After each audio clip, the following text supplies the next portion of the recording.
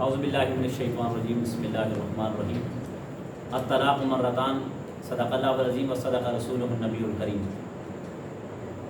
معاشرے میں ایک بہت بڑی برائی اور ایک بہت بڑا ناسور یہ پایا جاتا ہے کہ اکثر ایسے جوڑے ملے ہیں، اکثر ایسے میاں بیوی ملے ہیں کہ جن کی آپس میں طلاقیں ہو چکی ہیں، مگر اس کے باوجود وہ اپنے آپ کو میاں بیوی سمجھتے ہیں اور اپنے آپ کو ایک دوسرے پر حلال سمجھتے ہیں۔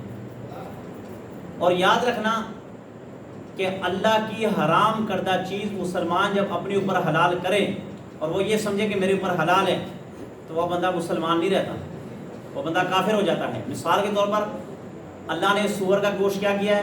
حرام کیا ہے، اور ایک مسلمان اٹھ کر وہ یہ کہہ دے کہ نہیں نہیں یہ حرام نہیں ہے، یہ حلال ہے۔ اب دیکھیں اللہ کی حرام کی ہوئی چیز اپنے اوپر حلال کر رہا ہے، اب یہ بندہ دائرہ کار سے، شریعت سے باہر ہو جاتا ہے۔ ظاہر بات ہے جب اللہ اور اس کی رسول کی بات نہیں مانو گے تو بندہ مسلمان نہیں رہتا۔ معاشرے میں خرابی یہ ہے کہ کئی ایسے جوڑے ملے ہیں کہ جو آپس میں لڑتے ہیں، جھگڑتے ہیں، طلاقیں ہو جاتی ہیں۔ طلاقیں ہو چکنے کے بعد وہ کہتے ہیں ہمارے بڑوں نے ہماری صلح کروا دی ہے، اور جب صلح کروا دی 3 طلاقوں کے بعد جب صلح کروا دے تو بس ٹھیک ہے۔ حتیٰ کہ ایک سے میں نے پوچھا، میں نے کہا آپ نے اس کو طلاق دے دی، اپنی بیوی کو گھر میں بھیج دیا، اس کا جہیز کا سامان بھی اس کے پیچھے کو واپس لوٹا دیا، اور آپ کا ایک بیٹا ہے آپ واپس لے آئے ہو۔ اس نے کہا جی پہلی بات ہے کہ ادھر سے بھی بڑے بیٹھے ہیں، ادھر سے بھی بڑے بیٹھے ہیں، اور جب آپس دونوں میں بڑے بیٹھ گئے ہیں تو لہٰذا صلح کروا دی، اور وکیل نے بھی بتایا کہ ایسی طلاق نہیں ہوتی۔ اچھا مجھے بتاؤ طلاق اور کیسی ہوتی ہے؟ کہا جی اس پر گواہ نہیں ہے، اس پر گواہ نہیں ہے۔ یاد رکھنا طلاق پر گواہ نہیں ہوا کرتے، نکاح پر گواہ ہوا کرتے ہیں۔ شریعت نے گواہ مانگے ہیں نکاح پر۔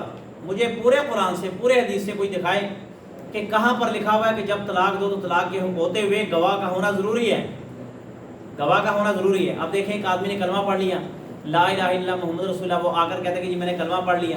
اب ایک آدمی کے عالم صاحب کے کہ جی تیرا کلمہ قابل قبول نہیں، تو سارے مجمع کے سامنے کلمہ پڑھ، کیا شریعت یہ کہتی ہے؟ نہیں۔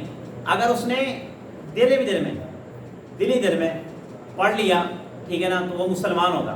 اور اگر آپ کہتے ہیں کہ جب تک گواہ نہ ہو تو قابل قبول نہیں ہے، اور اگر ایک آدمی اکیلا مر جاتا ہے تو ہم اس کو دفنائیں گے نہیں، اس لیے نہیں دفنائیں گے بھئی یہ اکیلا مرا، اس پر گواہی کوئی نہیں مرنے والا۔ جب یہ مر رہا تھا اس وقت گواہ نہیں تھے، تو جب گواہ نہیں لہٰذا اس کو ہم مردہ نہیں سمجھیں گے، ہم اس کو غسل نہیں دیں گے، ہم اس کا جنازہ نہیں پڑھائیں گے، اس کو ہم دفنائیں گے نہیں، بلکہ اس کو ہم چارپائی پہ رکھیں گے، شاید کبھی اٹھ جائے۔ یہ احمقانہ بات ہے نا، بیوقوفوں والی بات ہے کہ شاید اٹھ جائے، ایسا کبھی نہیں ہوتا۔ تو اس چیز کو ختم کرنا پڑے گا۔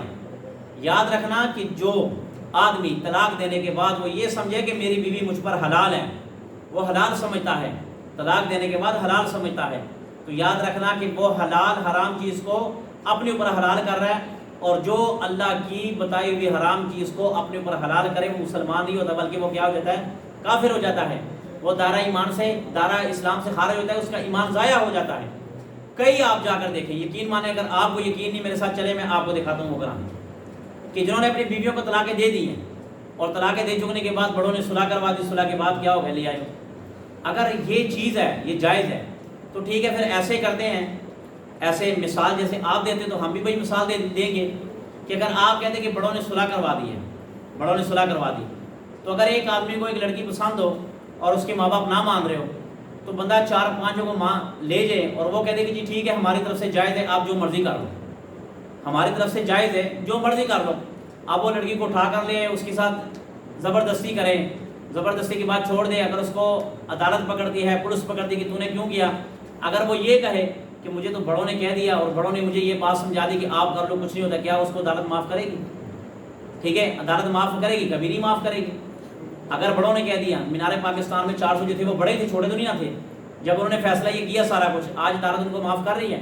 نہیں کر رہی، ان کا پیچھا کر رہی ہے، پکڑے گئے ہیں، پکڑ رہے ہیں، اور پکڑنے چاہیے ان کے ساتھ یہ سلوک جنہوں نے ایسا کیا ان کو سزا ملنی چاہیے کہ انہوں نے ایسا کیوں کیا، مگر سزا اس کو بھی ملنی چاہیے کہ جس نے اپنا آپ پیش کیا۔ مگر خیر بات ہماری یہ ہو رہی تھی کہ معاشرے سے اس چیز کو ختم کرنا چاہیے۔ اگر کسی نے اپنی بیوی کو طلاقیں دے دی ہیں تو صلح سے کام نہیں بنے گا۔